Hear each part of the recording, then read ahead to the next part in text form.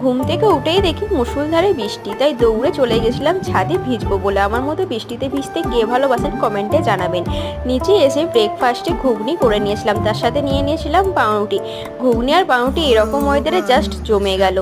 তারপর 58 গেটে আজকে প্রচুর ইলিশ মাছ ওঠার কারণে শ্বশুরমশাই বাজারে গিয়েও আমাদের বাড়ির জন্য ইলিশ মাছ নিয়ে চলে এলো। আজকে করব বেগুন ইলিশের তেল চা, তার জন্য বেগুন আর কাঁচা লঙ্কা নিয়ে নিলাম। মাছগুলো ভালো করে নুন হলুদ মাখিয়ে কড়াই তেল ছেড়ে দিলাম, তাতে জিরে ফোড়ন দিয়ে একটুখানি সর্ষে বেটে নিলাম। তেলের মধ্যে বেগুন আর লঙ্কাগুলো ভালো করে ভেজে নেওয়ার পর নুন হলুদ শুকনো লঙ্কা দিয়ে তারপর মাছগুলো ছেড়ে দিলাম। তারপর দিলাম সেই বেটে রাখা সর্ষেটা।